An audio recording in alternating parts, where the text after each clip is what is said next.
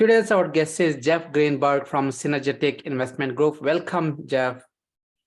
Well, thank you for having me. I'm excited to go ahead and do this.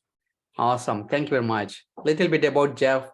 Jeff investing in commercial properties in emerging domestic markets, specializing in multifamily, student housing, and senior housing acquisitions using syndicated entities. Now is focusing on private equity fund of fund models.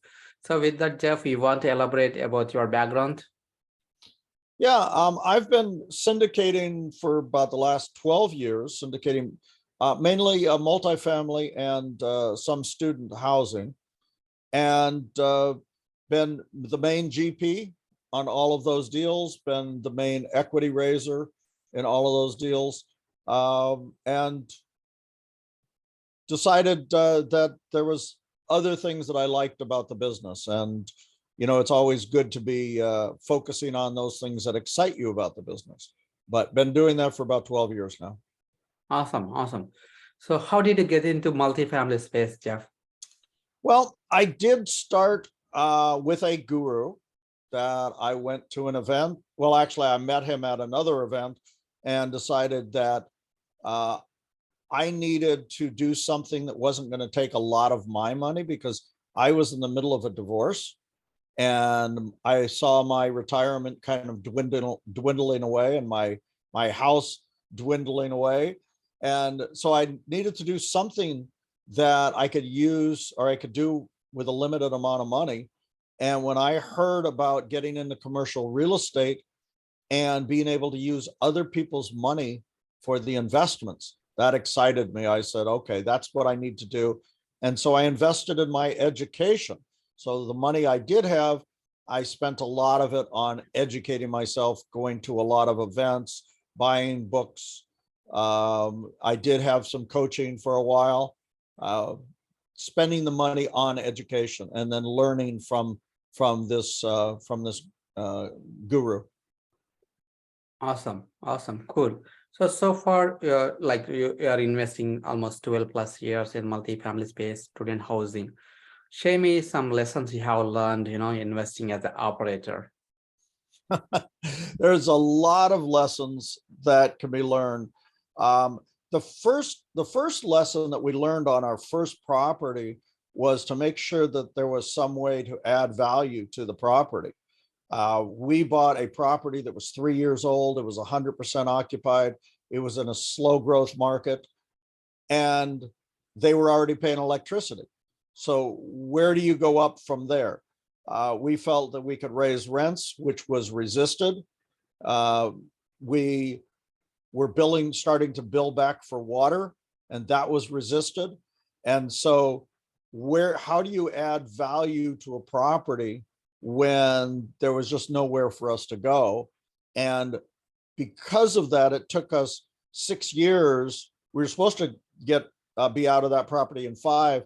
It took us 6 years to actually get the value that we wanted for the property, so we could get a fair return for our investors. So definitely, unless you're hanging on to a property for 10, 20 years, you need to make sure there's some value add that you can put in there. Otherwise, you're not adding value to the property. This is in commercial. In residential, obviously, you could be paying down your debt. I mean, we were paying down the debt. And if you want to hold it for 30 years, you could have a free and clear property. Typically, we don't do that in commercial real estate.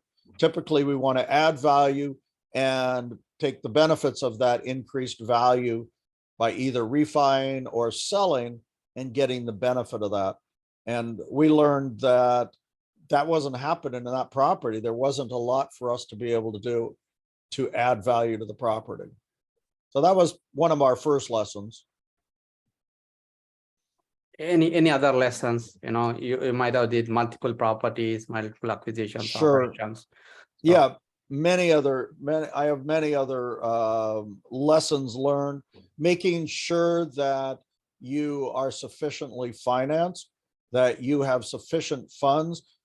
We did a property where, even though it was a bridge loan and the lender was going to gave us a line of credit for the capital improvements, we didn't sufficiently fund ourselves for the unknowns, for the gas pipe that broke and had to be replaced, for sewage backups, and the sewer line had to be dug up underneath a slab building, for different things like that that came up, especially initially you're buying older properties for the most part.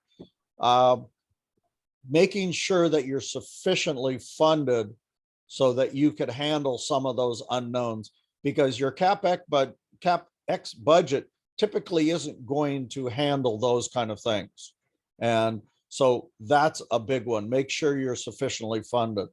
Another big thing is make sure you do an adequate due diligence. Make sure that you get quality people out there to do your due diligence on a property. Spend some money, get some good inspectors to make sure you know what's going on with the roof, know what's going on with the plumbing, the electric, your parking lot, the building structure. Those are surprises that you don't want, that come later and could be very, very expensive.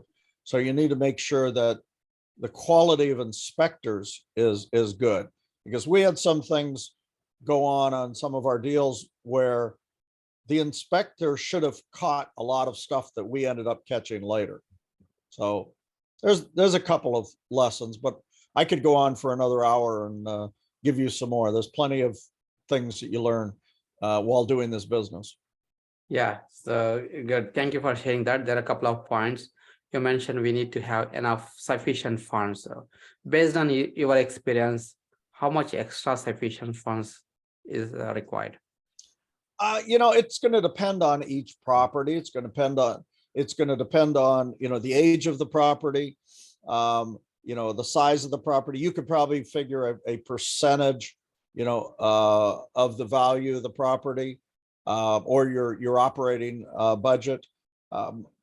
Off the top of my head, I don't want to throw out a number, but figure a percentage that you're going to put away in reserves just to make sure, just a rainy day fund. And that's above the CapEx budget that's usually required by the lenders. You should have enough reserves that you can handle some of these ups and downs. And especially now, and that's where a lot of people are getting in trouble because of the variable interest rates, that not only is their interest rates going up, if they have a rate cap, a lot of people are escrowing for future rate caps. The escrows are going up, and all of a sudden they're being squeezed. That they're going to either have to sell, maybe at a loss, or they're going to have to refinance and bring cash in. And I've been in a situation where we had to it was a cash in refinance. There's a lot of things going on, especially with the variable interest rates. Right now, I don't want to get into a variable loan at all unless there's a very large reserve. But right now, I'm looking at just getting in fixed rate loans at the moment. But so I couldn't give you a specific percentage, but you want to make sure it's sufficient. Yeah, definitely. It makes sense to have sufficient funds for rainy days, right? So yeah, definitely. That will give you some kind of advantage as a question. Yeah. So another point you mentioned is, bringing some quality team, like for inspecting, identifying problems even during due diligence phase. So what are the ways to find good, team, team members are good inspectors, what are the ways? Well, the one thing that I wouldn't do typically is ask the broker. I mean, you could ask the broker, but get some verification. The broker wants the deal done. So I've had a situation where I asked my broker, no, actually, I'm trying to remember who we got the resource from. I think it was my lender, or my mortgage broker referred me to a inspector, and then the broker made a comment that, oh, that inspector's known as a deal killer. because he finds all kinds of problems. And I'm saying, okay, that's the guy I want. But that was his feeling, is this guy is going to nitpick and pick every little thing. And I said, that's fine. Let him pick all the little minor things and all the big things and all the kind of stuff. And I'm not too worried about the little things to expect, but I want to make sure that he's going to get the big things. And I could wade through the report, and I'm not so worried that there's a broken seal on one of the windows, and there's a little bit of mildew or mold in a windowsill, or a door's not closing properly, or things like that. But I do want to know when there's structural issues. I want to know, about the roof, that the roof is in its last legs and has been patched like crazy, and those are the things that I need to know. So I would go get references on any inspectors, but the broker, obviously they want to get the deal done. Once the deal is done, they can walk away and it's your problem. So they're probably not the best resource. So fine. Now a property management company, they may be able to refer you to somebody, because they know that they want a good inspection, because they want to be your partner, and they're going to have to be taking care of all the problems, if the inspector doesn't find things or they find it out later. So good inspections. I mean, just a little story. We had a pool inspector inspect our pools, and everything was great. And the pool inspector said, no problem, everything's fine.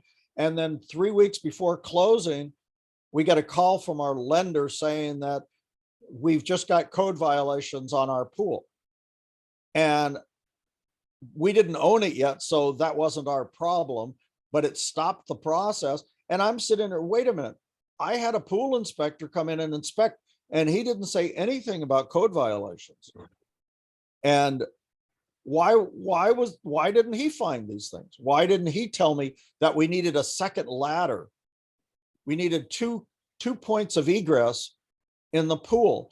Why didn't he tell me that that the pool fence was improperly repaired? Those are major things that he should have found. So very upset that our inspector didn't find those things. Yeah. Good stuff. Good stuff. Thank you for sharing that. And let's shift towards what you're doing right now. So you're navigating towards fund of fund model. So what is the reason? Share me a little bit more about that. Yeah, as I said, I've been an operator for all these years, and I've been the main guy where the buck stopped. And on my last property, I brought on an asset manager. And for those of you that don't know, an asset manager is someone that works between the ownership entity and the property management company. And basically, they're your eyes and ears working with the property management company. Well, I brought on a lady that took on that role, and I saw how well she worked, and I saw what she did with the property management company. And I'm sitting there, this lady is so much better than me. She is paying attention to every line item, every variance in the budget, everything, going through every line in the budget and making sure the construction is done. And I said, she is doing it so much better than me. I never want to do that again. I want to work with people like her. And now I could have continued on with my own company, but I decided, I'm going to hook up with people that have quality people working for them. So the next thing I did was invested with 2 deals that she was doing. She was the GP on these other deals. And I said, okay, I know how you work. I know how you operate. I just want to bring you money. And I've done that with her on a couple of deals.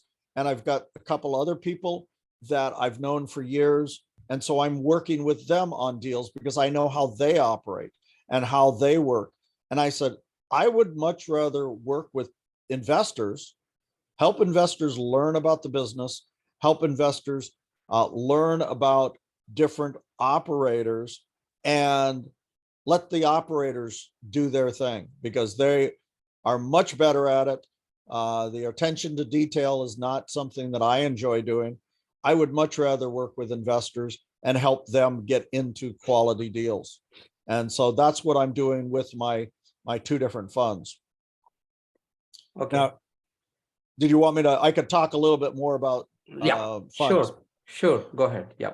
Okay, most of the time when people think about a fund, you think about pooling money together and buying multiple deals. Now, this may be with the same operator. In fact, as an operator, I thought about creating a fund for my deals where I would have the money up front, and when a deal came around, I would be able to, buy that deal because I'd already have the funds. Well, my deal flow wasn't enough. I didn't think I had enough deal flow that I was going to be able to keep the funds moving. And so I decided that wasn't what I wanted to do. And now you have other people that are creating funds that are investing in multiple sponsors deals. And that's a great way to go as well, except that you're still putting your trust in the deal, the fund manager to pick and choose those deals, which is fine if you develop a trust with the fund manager. But the fund that I have is a little bit different than those, because those basically you're going in blind as far as what deals are brought into the fund, and you're in every deal in the fund.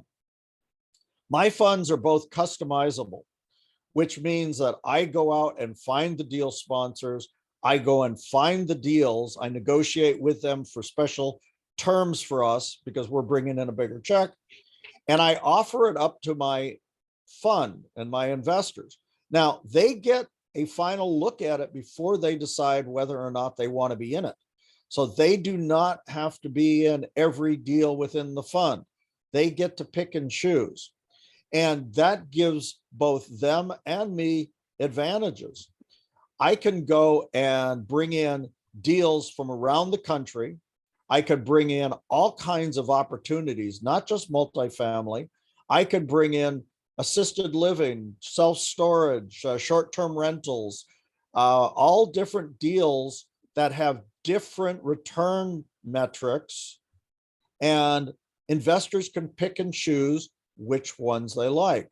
If they want a deal that has higher cash flow, they could go into certain deals. If they want to have one that has higher capital appreciation, they could go into those deals. And they can mix and match and go into whatever deals we are offering. Now, once a deal is closed, they're in that deal. But as I bring in new deals, they can make the choice of whether or not they want to bring new money into those deals, and they can self-diversify. They can diversify themselves as much as they want and spread out their money across multiple different deals. And that makes it a great opportunity for them, as well as me as the fund manager, that I have the option of bringing in all kinds of opportunities. Got it. Yeah, thank you for sharing that. Yeah. And one point you mentioned is they can invest in specific deal in a fund. So from returns point of view, how that works? Well, basically, it's all my PPM for my fund is what, for those of you that don't know, the PPM, the private placement memorandum, and the operating agreement is for the fund. The fund says I could bring in all kinds of deals within the fund. So these are basically sub funds, but it's all under the same operating agreement and PPM. Now, once they sign that PPM, they don't have to sign another one. I do provide the operating agreement, the offering memorandum, and the PPM for each deal for investors to look at, and they sign that they've read it, and they could look at all the due diligence for that particular deal, but they don't have to sign that. They just sign a document that says they read it. And then they also sign on the document also says how I'm getting paid, or how the fund is getting paid. So it's all fully disclosed, and then they just have to wire their money. But as a new deal comes in, I send it out to my investors. I have one that we're probably going to be sending out in a couple of days, and investors can decide whether or not they want to be in that opportunity. Got it. Yeah. Thank you. Thank you for explaining that. So what's your take on current market conditions, Jeff? Well, I'm concerned about what's going on with interest rates, as everybody else is. And as you and I were talking about earlier before we started recording, is I'm staying away from variable interest rates at this time unless there's a significant reserve going to be provided. I've seen too many things happen because of the variable interest rates, and I want low leverage loans. Right now, I'm looking at a loan that they're assuming a 3.8% interest rate on 7-year interest only, with a large reserve. I look at that and I say, okay, that is a reduction of risk. That is holding back on risk. That and I think the loan to value is like a 70% or something, which is just it's fine in this environment, but with a fixed rate. So my concern right now is people under duress because of the interest rates. Now, there's going to be some great opportunities. Whenever there's stress on something, there's going to be opportunities. Somebody just sent me something earlier that there's some, properties being foreclosed on because they can't pay the interest rate. I know people that have stopped distributions because the interest rate's gone up. So there's a lot of stress and there's going to be a lot of opportunity, but you just have to look very carefully and reduce the risk, like I'm talking about on this one that should be coming up. Fixed rate debt. Okay, so we may have a prepayment penalty at the end, but we know what we're getting coming into it. It's fixed for the next 7 years. So yeah, there's going to be definitely some stress on the market, especially in certain areas of commercial real estate. I hate to say the market because there really is there isn't a market. There's thousands of markets all over the place. But if we're talking about the national economy, there's a lot of stress going to be across the country. But that may not be on everything. I'm looking at assisted living. Assisted living is very recession resilient.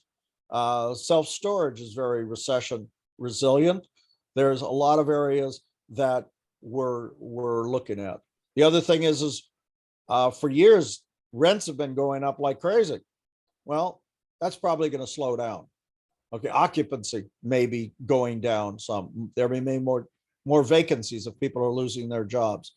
So those are all considerations that we have to look at and make sure that whatever opportunity we're looking at can withstand those changes in the economy. Yeah, so you touched very, very good points there. Yeah, thank you. Thank you for sharing that. And with agency debt, I think with loyalty, we might need to raise more capital. Maybe we need to bring more equity to the table, right? So yeah, one of the things that I would like to educate your viewers on, as well as I educate my investors on, is expectations may be a little bit lower on returns right now. We had some great opportunities to get some phenomenal returns. I mean, I've had some deals where we got a 31 IRR or a 40% cash on cash, annualized cash on cash return on some of my deals. Phenomenal returns. But that's not going to happen right now. Now we're lowering our expectations. A 14, 15 IRR for a deal is probably a good deal. We're not going to see the 18, 20, being projected at this time. So I would tell people to lower your expectations on what your returns are going to be and look a lot closer at how your investment is being protected. That's the first thing I ask a sponsor. How are you protecting my investment? What are you doing to make sure that I get my capital back? That's number one. Then I could start talking about, okay, what's your projections? But the first thing is, how are you protecting capital? And a fixed rate loan, 3.8% is a good start. Is a good start for me. And low loan to value loan, with a strong operator in the market that is growing and I like a lot. Those are some of the areas where they're lowering the risk for me. Cool. Yeah, good stuff. And would you share any of your best experience so far? My best experiences. Well, I guess the most rewarding experience was a property that I bought that was 30% occupied in a low economic area. It was a student housing. And we came in and fixed it all up. And while I was, one of the things we were doing for marketing was I was interviewing some of the students. And this is a low economic area. And as I was interviewing these students, these young students, the last question I always ask them is, if you could talk to the owner, what would you tell them? And of course, they didn't know I had anything to do with the ownership. I was just a video guy videotaping them. And I had one of the girls said to me, with tears in her eyes, saying, now I have a place that I can show my mom. I could show my mom where I'm living, because we had fixed up the place and painted it and new floors and new fixtures and everything. And she was so happy that she could actually bring her mom in there and be proud of where she's living while she was going to school. Awesome. So that was rewarding beyond dollars. Being able to do that I was providing a safe, clean place for these young people that were trying to get a 4-year degree. Sure. Awesome. And would you also share any challenging experience, Jeff? Well, the last property we did, we definitely had some challenges with a lot of unexpected repairs, with COVID, with insufficient funds, because we did not bring insufficient funds. That was an extremely challenging. We were squeezing everything we could to get the property fixed up, to get the occupancy up, to even with COVID, trying to help people get funding through different agencies in order so we wouldn't have, we weren't allowed to evict them, but so they were able to pay their bills. It was definitely a challenge. And that was one of the things where I saw my asset manager and the property management company just go above and beyond, and ended up on that particular deal we only owned it for 2.5 years. My investors got a 71% return on their investment on a 2.5-year hold. So that one had its challenges, definitely. Awesome. Thank you for sharing that. Yeah. And any personal habits that are helping you to be successful, Jeff? Determination, just sticking to it. This is a great business. It is not a get rich quick business. It's get rich over the long haul. And I know so many people that have just disappeared, out of the business. You have to, you fall and get up, and you fall and get up, and you fall and get up, and you learn from other people. That is so important, to learn from other people's failures and hopefully you don't make the same ones. And listening to other people, reading books, listening to podcasts, going to different events to hear what other people have to say is so important. And if you're unable to do that, and I know there's a lot of people have full-time jobs, can't do that, then you need to find somebody that can help you with that part of it, that can help you get into safe opportunities, because there's a lot of stuff out there that I turn away that I won't invest in. And unless you're educated, unless you understand the business, you can get into those and get into trouble. So, sticking to it, pushing forward. I also try to keep very fit. I bike about 30 miles every other day on my road bike, walk my dogs every day, a couple miles. So staying fit, staying in shape, I think is extremely important as well, to keep yourself sharp. So powerful. Thank you. So any personal learning or any one decision that you took that impacted your life positive way? Can you repeat that? Any one personal decision that you took that impacted your life positively? Any personal decision? Yeah. Okay, I'm sorry. Personal decision was getting into commercial real estate. I think commercial real estate is phenomenal. I started out with residential, and you just can't do what you can with commercial real estate because of the factor of being able to add value to a property by increasing the NOI. You increase the net operating income by either increasing revenue or lowering expenses. And once that NOI is increased in value, that adds multiple amounts of value to the property itself. And that you don't see in residential real estate. And starting up businesses, a lot of people start up businesses and making money on that, but there's a lot of people lose money on businesses. I think this is a phenomenal business. There's so many different ways to go. There's so many different hats you could be wearing in this business. And so I think the decision to get into commercial real estate was, probably the number one best thing I did. Awesome. And any books that impacted your life? Well, there's a lot of great books out there. The ones that probably impacted my life were probably some of the typical ones, which was Rich Dad, Poor Dad and the Cash Flow Quadrant.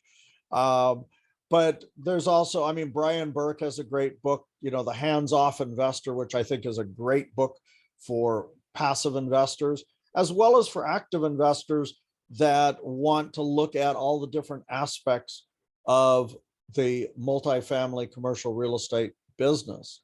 But those are good. The E-Myth is a great book on learning how to systematize rather than being the worker in the business, you being the one that's working on the business and not in the business. Those are, great lessons to be learned. A lot of great books out there. Yeah. And how can listeners can connect with you, Jeff?